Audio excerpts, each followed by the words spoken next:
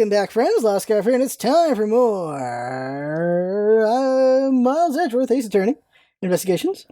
March 12, 1 p.m. local time, Hope Springs Airport. So how the hell are we going to figure this out now? I know that once we had landed, I'm supposed to let the local police take over. And thanks to Miss Tenero and Miss Meal, I was able to preserve the crime scene. But I just can't shake it. I wasn't able to talk with Miss Tenero in private. So I'm left wondering, what was she up to? Why did she do what she did? There must be a way for me to continue my investigation.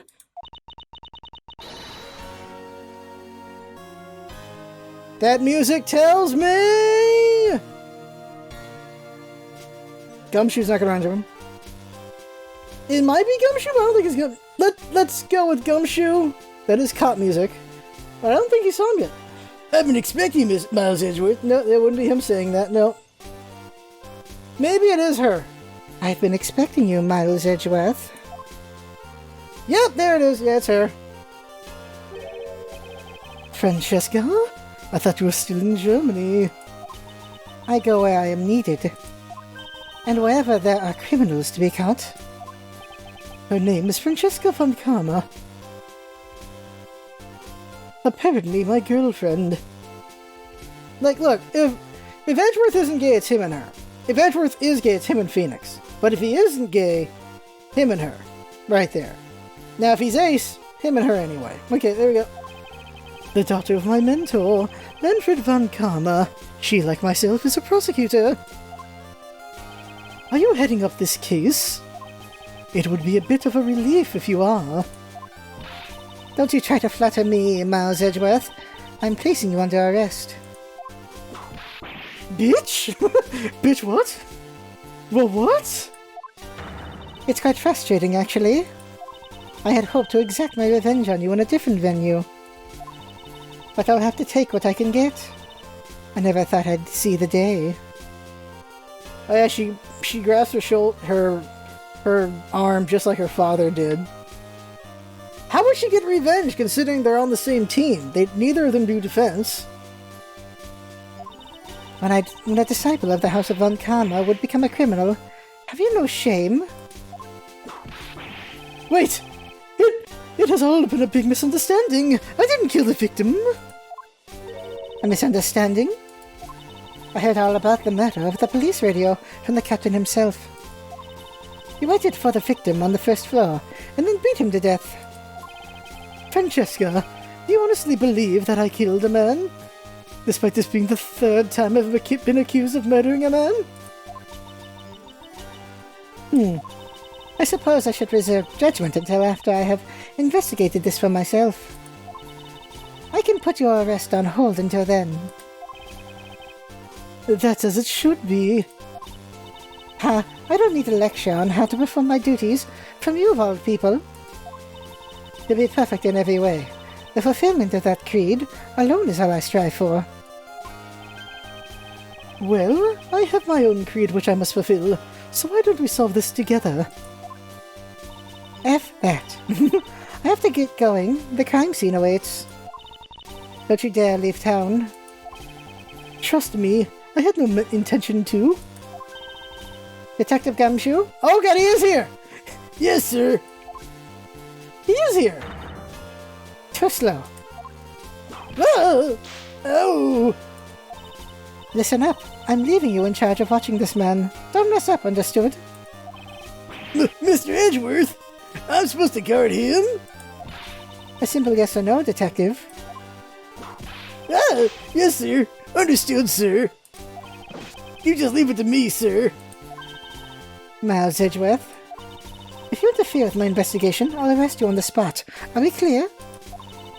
Now then, if you'll excuse me... Oh my god, I forgot she does that. Good to see you again, Mr. Edgeworth, sir. Boy, am I glad to see you're okay, sir. Thank you, detective. I believe in you, sir. You can lean on me. I'll get you through this, sir. I have to admit, I'm a bit curious as to what Francesca is up to. Maybe I should ask the good detective. Very well. In that case, I have a few questions for you. I shall walk over and look at this. What a view of the planes preparing for takeoff. Besides the turbulence, they're really not all that bad as a mode of transportation. It's a child. This child seems to be happily enjoying the sight of so many planes. Wow! I love to take a run down that runway. Oh, the youth of today. So much potential, yet so misguided.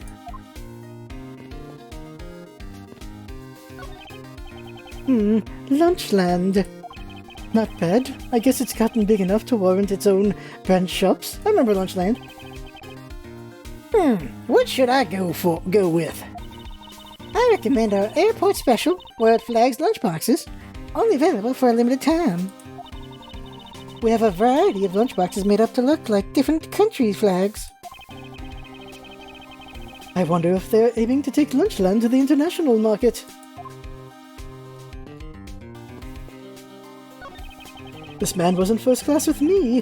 He is quite shaken up by the whole affair. I did it. I made it the whole flight. I'm not scared of turbulence anymore. He must have been pretty scared. He's repeating the same thing over and over as himself. Not this guy. Looking from behind. I think I've seen this man somewhere before. No. In Soviet Russia, world flags. Lunchboxes eat you. Found it. Oh, I feel a wave of creative power coming on. It's over 9,000. For my next lead movie, it's going to be the Steel Samurai warrior of New World Tokyo versus the World Samurai Champion of Earth. It's going to be Roxer's so many boxers. Okay, yeah, he's from the other game, but I don't remember the guy's name and I don't want to. So the Steel Samurai is finally getting a movie. Don't want to remember that guy whatsoever. He wasn't great. Initial investigation. So how is the initial investigation going? We just shipped the body up to the coroner's office. And we're taking statements now, sir. That sounds like Francesca. She was always good at quick responses to a case. I'd say she was a little too quick, sir. Oh, how so? I rushed on over as soon as I got word of the affair, sir. But somehow when I got here, Ms. Von Karma was already here barking out orders at everyone. It was kind of creepy, as though she knew there had been a murder or something. And had come in advance to await your flight's arrival. That is sort of odd. She did somehow show up rather quickly and out of the blue. Plus, I still don't know why she's here in America. We're in America. Yes, we're in America. Eat your hamburger. There must be some backstory to all of this. We could have just made it still in Japan, for God's sakes.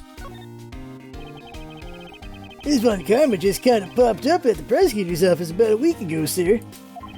Something about chasing down leads related to a certain incident. No details? It's kind of top secret, so she can't talk about it even with me, sir. Okay, I lost the voice a little bit, I noticed. Knowing her, the only type of talking she likes to do is with her whip. Plus, I doubt the top secret part was what stopped her from talking to you, Detective. Although I wonder if her case has anything to do with mine. Bergonia? Anyway, that's about all the info I have, sir. We should find out more as we investigate. Yes, it is high time to resume my investigation. Starting with talking to the people involved in this case afresh. Off we go. There's the captain. March 12, 1:37 p.m. Flight I-390, second floor, first class. They just left that stuff there? So you must be the captain. Why, yes I am, and who might you be? I am the prodigy prosecutor, Francesca Von Karma, and I have a few questions for you. Don't you dare, Captain? Getting friendly with another woman? Wow. I'll never forgive you if you do.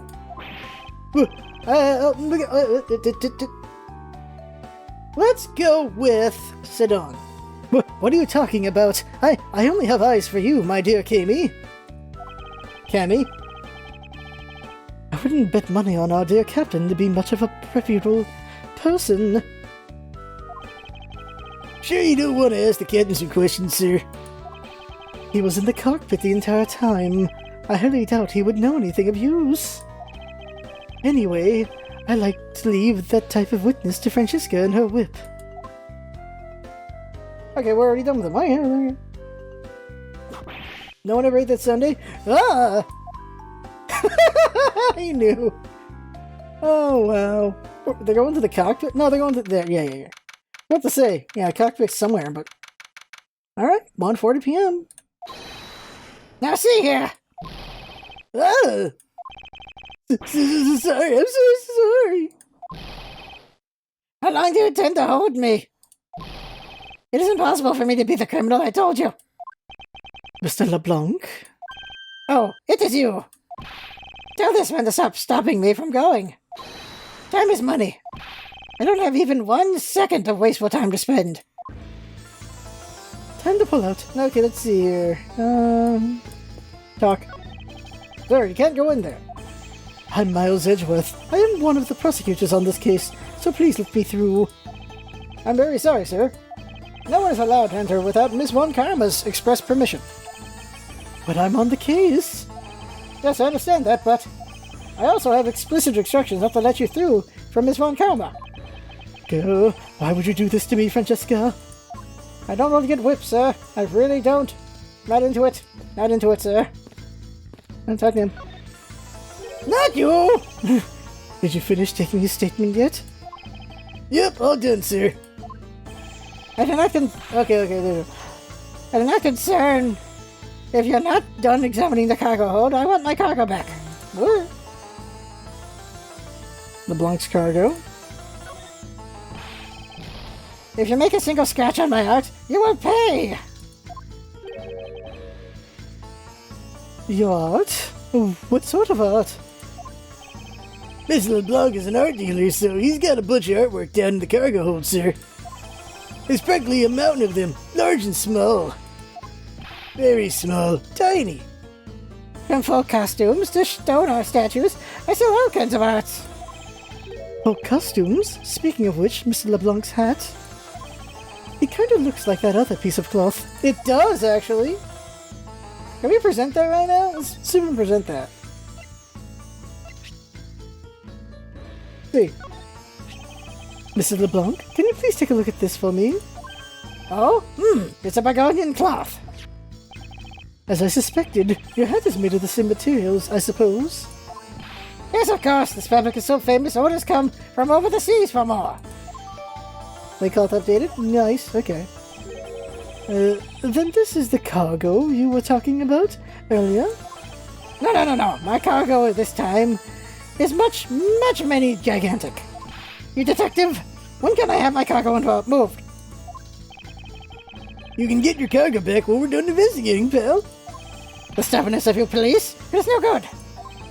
It is no good. That attendant refuses to exit the attendance room too. That attendant? I wonder if he's talking about Miss Tenero. I'm talking a little too fast, I noticed.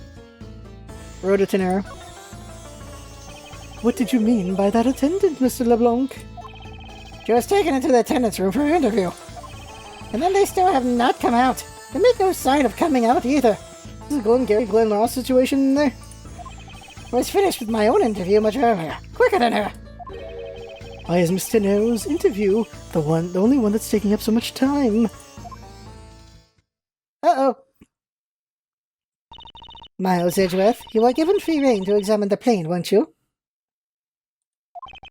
Yes. I was able to obtain the cooperation of the flight attendants. Speaking of attendants, I'd like to speak with Miss Tenero. I wonder if you might grant me permission to enter the flight attendant's room.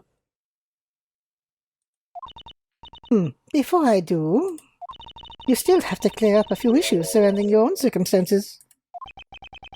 I understand. You may have tricked those attendants with your sophisticated talking, but you can't pull the wool over my eyes, Miles Edgeworth. Bitch, please. Oh, it's go time! Francesca's logic. Let's not complicate things and go with the most obvious conclusion. The scene of the crime was here, in the very lounge the body was discovered. And the time the victim was seen calling for an attendant until his body was found. The only person in this lounge the entire time was you, Miles Edgeworth. This, unmistakably, makes you the likeliest suspect. The likeliest suspect, Francesca? You have a problem with that? No, but it's not like you to use such vague wording. You're usually a bit more absolute. I'm simply trying to watch out for you. Or is my kindness too hard for you to comprehend? Thank you, but your leniency is unnecessary, for I will prove my innocence soon enough. If I want to continue my investigation, I'll have to break her line of logic fast. Time to press. And do we want to press? Yes, yes we do. Let's go. Time to press Francesca. Don't you think you're being a bit rash by simply declaring me the culprit? I like my affairs to be simple and perfect. I'll show you the meaning of both when I finish this whole thing within 3 minutes. Hey, you see that you're cooking a pack of instant noodles. 3-0! I won't allow even 3 seconds of useless testimony to be uttered in my presence. I see she hasn't changed a bit. But I won't allow her to send me to prison so easily. Why would she? She's got a whip boner for him. Jeez. Right, press. So tell me, Francesca, do you know all there is to know about the crime scene? I know all that I need to know in order to arrest you. And nothing more? Are you saying there's more I need to know? Why did you whip me, sir? Sorry, Scruffy. My hand must have slipped. It would appear that Francesca doesn't have all the facts of this case yet.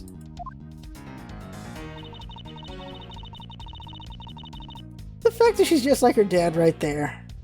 Hold it. What do you mean by seen? Please stop pretending like you don't know. It's insulting. Obviously, I'm talking about how Mr. Hicks was seen calling for an attendant at 5 a.m. And then from the time after that call until the body was found. What? Did I read this before? Okay. While it's true that I was in the lounge the whole time, that fact alone does not make me the criminal. Objection! Huh. We'll see about that at the conclusion of this investigation. However, there is one thing that even you must admit at this time. It does make him the likeliest suspect. Under the circumstances, I suppose I can agree with that. I am the most likely suspect. But I believe in you, sir. I don't think you did it. This one Karma's gotta believe that too, right? I mean, you two are like siblings. Quiet, Scruffy. Even if we were related by blood, that's no guarantee that he's not my criminal. Francesca, I demand to see some proof that you are not the guilty party. The likeliest suspect, huh? What a roundabout euphemism. But it would appear that she doesn't know yet about the new evidence that we acquired, and we acquired it. I'll take care of the gaps in her logic, one hole at a time. I'll fill those holes. Of hers. Okay. Okay. Alright. Don't need to be blue, but it's fun to be blue. Okay, I didn't mean to put press. Speed through. Okay, so what is mistaken here?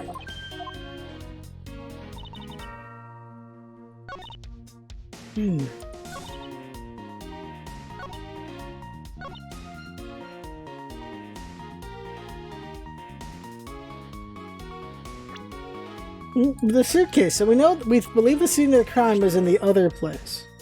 So present. Objection! Got it. I hate that. It would appear that you did not have all the information you needed after all. And what does that mean?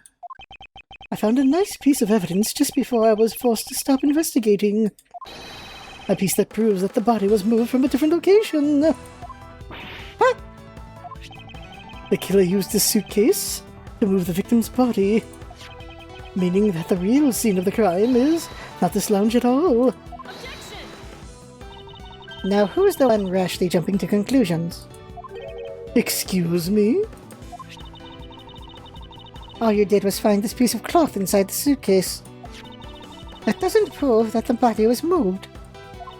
It could be that the killer simply chose that suitcase as a good place to hide the cloth. Expected you would come to that conclusion? It would seem I can't escape that easily.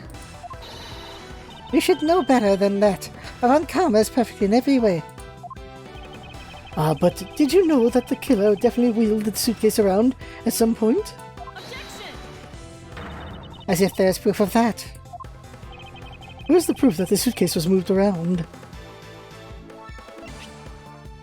Right there! Take that! There are wheel marks. The spilled grape juice in front of the elevator? Yes, and I'd like to draw your attention to this area here. Oh, the music's kicking. Where's the evidence that... Yeah, right there. Take that. So, oh yeah. So, everything happens. The killer wheels it in. No, they wheel it out with themselves. So, okay. This mark here, wouldn't you say that it looks suspiciously like tracks from two wheels? I suppose. Further, there's also grape juice residue on the wheels of the suitcase. This means that the suitcase containing the victim's body definitely passed through here. I suppose this means that the killer did move the victim's body from somewhere else. I'm glad you've come to your senses. Not so fast. This still doesn't put you in the clear. Not by a long shot. Which, please? Francesca's Logic Part 2. You prepared yourself and you acquired the piggy bank before the plane hit that turbulence. And then you waited for the victim in the lounge, where you beat him to death. Then while you were in the elevator with the victim's body, stuffed into the suitcase, the plane hit that patch of turbulence and out flew the body from within the suitcase. With no way out, you hastily put the suitcase back where you had taken it from, and pretended to be the discoverer of the body. I already see the flaw in there. Not a bad bit of logic for something you thought of on the fly. Just what are you insinuating? That I will show you exactly how flawed your logic is. No matter how strong of a face you put on, not even you can hide your fears from me. I'll expose the flaws in your logic in one fell swoop. But first some pressing.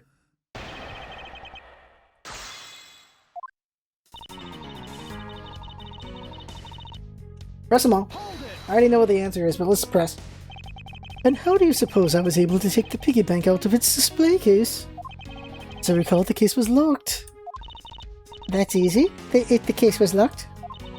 You simply had to hit the glass, like this. Ew! You shattered my heart of glass! So she wants to talk about the in-flight shop and the Mr. iFly bank, does she? That takes care of how you obtained the meta weapon? No, it doesn't. Real quick, let me see, let me see. Not this. Not this. Making sure. I assume this is how we're going to do it, but keep pressing. I thought there wasn't any of the victim's blood found in the lounge. I thought you'd say that. What? Did you think I wouldn't have noticed? I think you just found a way to cleverly hide the blood spattered in the lounge. By accidentally spilling grape juice on top of it. Oh, are you accusing me of tampering with the crime scene now? We'll see, won't we? The forensic scientists are hard at work on that as we speak. And? What do you propose I did after that?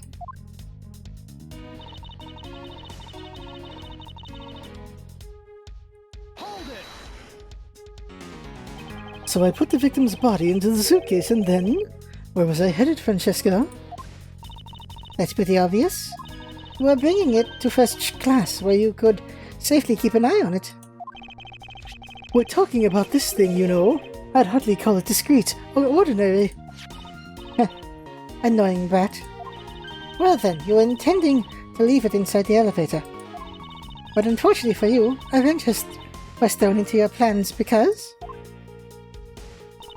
the plane hit that patch of turbulence and outflew the body. You've experienced turbulence on a flight before? Of course, many times. You get used to it after a while. The patch we hit was especially rough, and I passed out briefly, but only for a second. Good thing it was only for a second, sir. It'd been bad if you had really blacked out. Yes, indeed. Unfortunately, blacking out was exactly what got me into this mess in the first place. That's enough of your idle chatter. I'm not through with you yet, Miles Edgeworth.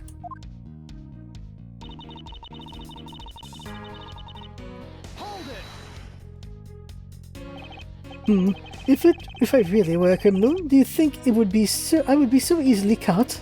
Objection! You are certainly in the middle of being caught right now. Yeah! I have to find a contradiction fast, or I won't have much of my own hide left to shave. I have to say, you are looking rather caught right now. And I'll tell you exactly what you did after that. You loitered around in the lounge.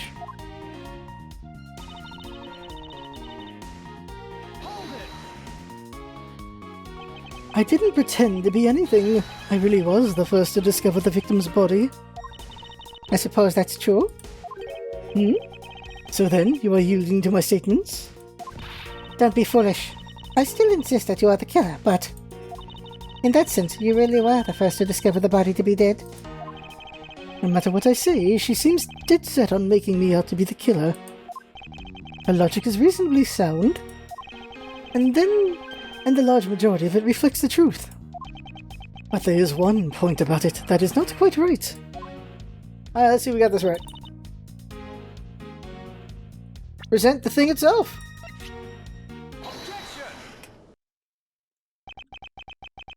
The fact that you took this piece of evidence into account in your testimony is to be commended. Your legal prowess is certainly something to be feared. Evidence and logic. Essential tools that those who would stand in a courtroom must learn to master. But what if there was a fake piece of evidence thrown into the mix? A fake? This Mr. Highfly piggy bank is just such a fake. It is not the real murder weapon. What? What? The timing of when the bank was taken from the shop is important. And it was taken after the turbulence had occurred. But then, what about the blood on the bank? What do you make of that? I assume it was added after the murder when the killer fabricated this weapon. Looking at it this way, the killer basically did 3 things after the turbulence. After exiting the elevator, the killer brought the suitcase to the shop and left it there. Then the killer proceeded to pick the bank from off the floor and took it to fabricate the fake murder weapon by hitting the victim on the head. Finally, the victim's wallet was planted on my personage, in my pocket to be precise. Everything was done so that I would be framed for the murder of Mr. Acby Hicks. I don't know what the joke is. You there! Yes, ma'am. Other than this piggy bank, was there anything else resembling a murder weapon found? We didn't find anything in this lounge or in the shop that could be used as one, ma'am. Most of the items that could have been used were broken during the turbulence. And the remaining items were all tested negative for any trace of blood. I see. Well, Miles Edgeworth, it appears your star tactics are at an end. But it's possible that it's just hidden somewhere, sir. Eek! If the criminal had wanted to hide the weapon in a safer place, I think the weapon would have been hidden in the same place as the bloody cloth. Exactly what I was thinking. Because the cloth was hidden inside the suitcase, it signals to me that the killer but not prepared a more secure place to hide the evidence. Which means that the real murder weapon is either still on the murderer's personage, or still at the real crime scene. There's one more possibility, and that would be that the piggy bank is in fact the real weapon. But didn't we just... Let me finish. The killer took the bank from the display case before the turbulence by opening the lock on the display case door. And it was at that time that the glass pane in the door was broken. I'd say that's a perfectly reasonable line of reasoning, wouldn't you? Yeah. Let's see. That means that the killer had the key to the display case. Francesca, the person you're talking about. Not so fast. I'm not finished. The person you're talking about also committed another sin. She tricked the captain and granted you permission to conduct your investigation. Yes, it is the sin of lying. Seems like she was just trying to get to the bottom of it and just wanted to get the investigation going. Speaking of which, I recall that you also wish to speak with her. Yes. Very well, permission granted, but only if I can sit in on your interrogation. Do we understand each other? I have no intentions of interrogating her, but you are welcome to accompany me if you so wish. Mr. Nero is in the flight attendant room. Let's move. But first, let's go get some pie. No, okay, well, let's take a look at this out of curiosity. Can't go over there, okay. Looks like we can't go beyond here, sir. Plus, the body has been sent off to the medical examiner's office for autopsy. Yeah, they talk about the piano. They've got a piano in this plane? Hey, do you think I can try it out, sir? I think you would know better than to randomly touch things at a crime scene, detective. Besides, I didn't know you knew how to play. Of course I do. I'm practically proficient. Interesting. The things you learn about people on a daily basis. I can get Do and Re to come out just right, sir. Who notes does not make a proficient pianist make, detective. Oh, well then, I'm semi-proficient. We're at a good stopping point. We'll stop there instead of making it. Although it's fun to do, like, oh snap, cliffhanger stuff. We're not going to have cliffhanger talking to her. So we'll stop there, and then next time we'll continue from this spot. So that right there is the game for now. I have fun. Hope you have fun watching. That's what's up, Bowser. Having fun. Thanks for coming by, and see you next time.